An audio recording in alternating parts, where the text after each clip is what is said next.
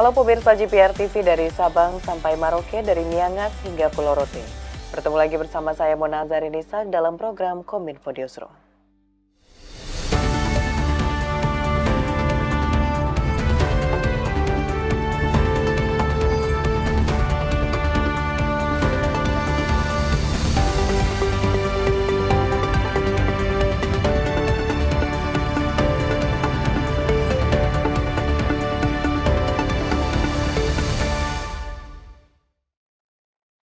Pemirsa, kita ke informasi pertama. Menteri Pertahanan Republik Indonesia Prabowo Subianto menandatangani perjanjian kerjasama pertahanan dengan Wakil Perdana Menteri sekaligus Menteri Pertahanan Australia. Dalam Akademisi Militer Magelang, kerjasama ini menjadi bentuk penguatan keamanan di kawasan Asia Pasifik.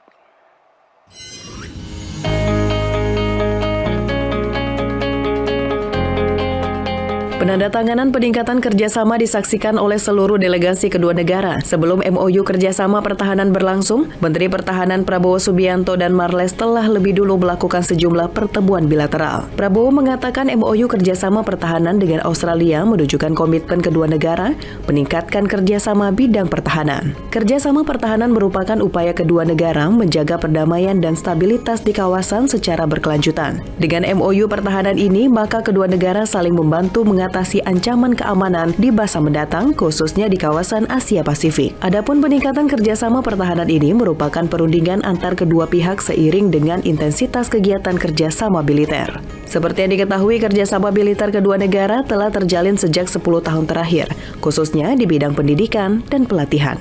Saja kita menandatangani suatu perjanjian kerjasama pertahanan yang merupakan suatu tonggak bersejarah.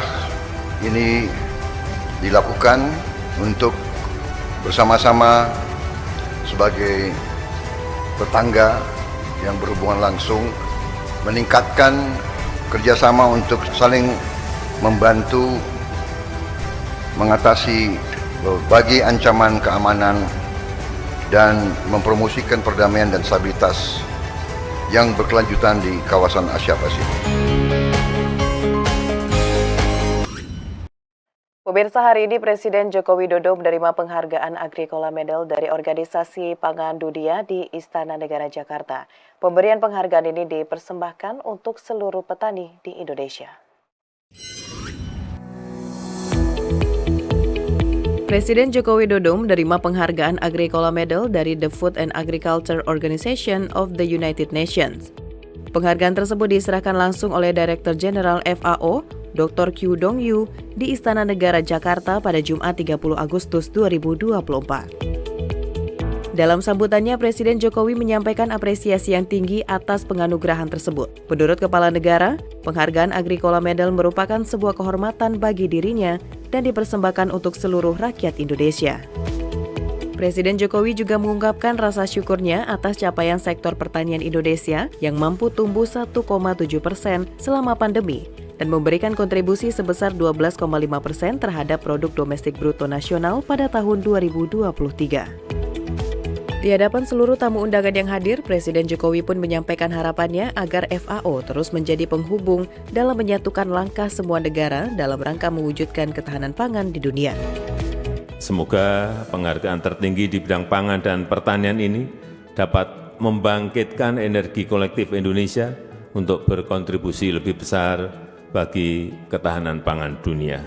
Dan Indonesia berharap FAO dapat terus menjadi jembatan yang kokoh yang menyatukan langkah dunia demi ketahanan pangan bersama. Sebagai informasi, penghargaan Agricola Medal merupakan penghargaan tertinggi yang diberikan oleh FAO kepada individu yang memiliki kontribusi luar biasa dalam bidang pangan dan pertanian. Agricola Medal tersebut disiapkan langsung oleh kantor pusat FAO di Roma yang menampilkan ukiran foto Presiden Jokowi dan slogan Stronger Together for Resilience and Sustainable Agri-Food System. Presiden Joko Widodo meresmikan Gedung Pelayanan Kesehatan Ibu dan Anak Rumah Sakit Hasan Sadikin, Bandung. Presiden menyatakan kini Rumah Sakit Hasan Sadikin telah dilengkapi dengan pelayanan program bayi tabung yang tidak kalah dengan negara lain. Pemerintah melalui Kementerian Kesehatan terus berupaya menindaklanjuti integrasi pelayanan kesehatan primer di tingkat nasional, salah satunya dengan merevitalisasi rumah sakit yang menjadi sentra layanan kesehatan terlengkap, khususnya ibu dan anak. Usai diresmikan oleh Presiden Joko Widodo pada Kamis 29 Agustus 2024, Rumah Sakit Dr. Hasan Sadikin di Bandung mengalami peningkatan akses dan kualitas layanan kesehatan yang sangat modern.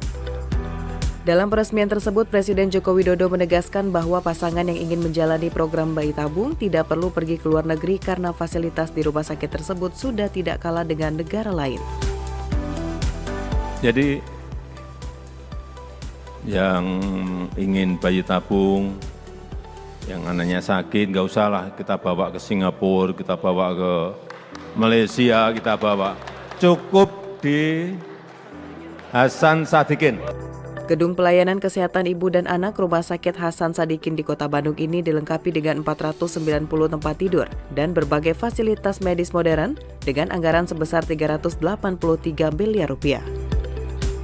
Menteri Kesehatan Budi Gunadi Sadikin menilai bahwa pengembangan fasilitas merupakan bagian dari strategi pemerintah untuk memperkuat sistem kesehatan nasional dan menyediakan layanan yang setara dengan standar internasional. Mudah-mudahan nanti dalam 5 tahun ke depan, kalau nanti Bapak mengizinkan, kemudian dananya bisa cair, kita bisa kebut ini dan bisa memberikan layanan kesehatan standar yang jauh lebih tinggi ke masyarakat Bandung dan Jawa Barat.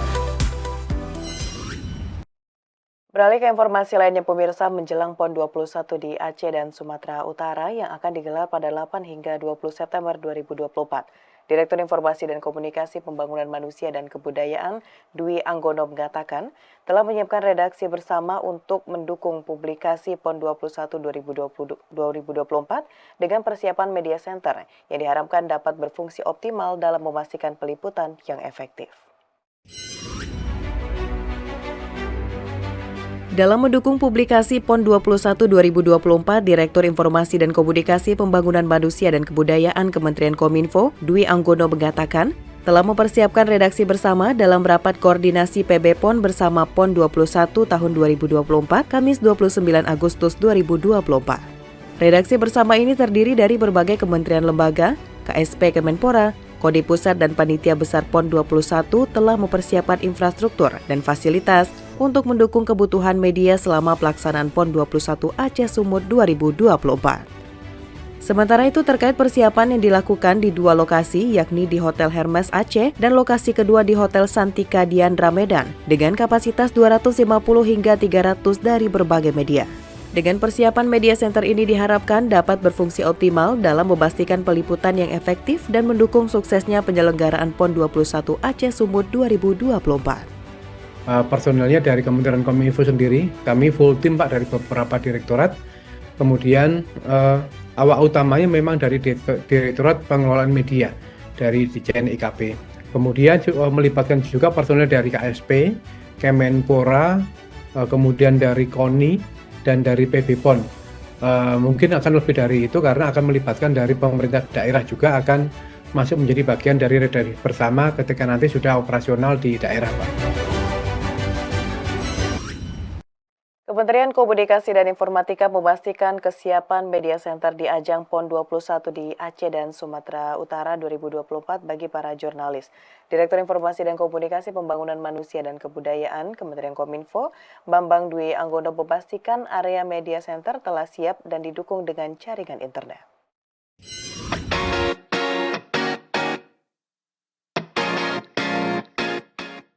Kementerian Komunikasi dan Informatika memastikan kesiapan media center bagi para jurnalis di ajang PON 21 di Aceh dan Sumatera Utara. Hal itu disampaikan oleh Direktur Informasi dan Komunikasi Pembangunan Manusia dan Kebudayaan Kemkominfo Bambang Dwi Anggono di Forum Merdeka Barat secara daring pada Kamis 29 Agustus 2024. Bambang mengatakan media center tersebut berada di 2 tempat yakni di Ballroom Hotel Hermes Aceh dan Santika Diandra Convention Center Sumatera Utara. Media center yang berkapasitas 300 orang itu difasilitasi dengan working space, press conference room, dining area, dan lain sebagainya. Sementara itu, dalam mencukupi kebutuhan internet, Kementerian Kominfo bekerjasama dengan Dinas Kominfo dan PB PON di Aceh dengan menyiapkan sebesar 1000 Mbps, internet untuk redundansi sebesar 500 Mbps, dan untuk backup sebesar 100 Mbps. Sementara untuk pusat media utama di Medan dialokasikan bandwidth sebesar 500 Mbps dengan redundansi jaringan sebesar 200 Mbps dan cadangan sebesar 100 Mbps. Adapun untuk pusat media satelit yang tersebar di sejumlah tempat pertandingan baik di Aceh maupun di Sumatera Utara, Kementerian Kominfo bersama dengan Dinas Kominfo Provinsi menyediakan kapasitas internet berkisar antara 30 Mbps hingga 200 Mbps. Secara umum saja, sudah ada persiapan-persiapan yang cukup signifikan yang Kominfo sudah lakukan bekerjasama dengan KONI dan BPON Sumatera Utara dan Aceh. Secara untuk lokasinya, kita sudah menentukan di Aceh ada di Hermes, Hotel, Ballroom, dan beberapa ruangan kita gunakan di sana. Kemudian untuk Medan ada di Santika Diandra Convention Center di Kota Medan. Pemirsa, usai jeda pariwara, Kominfo Newsroom akan kembali dengan informasi lainnya. Tetaplah bersama kami.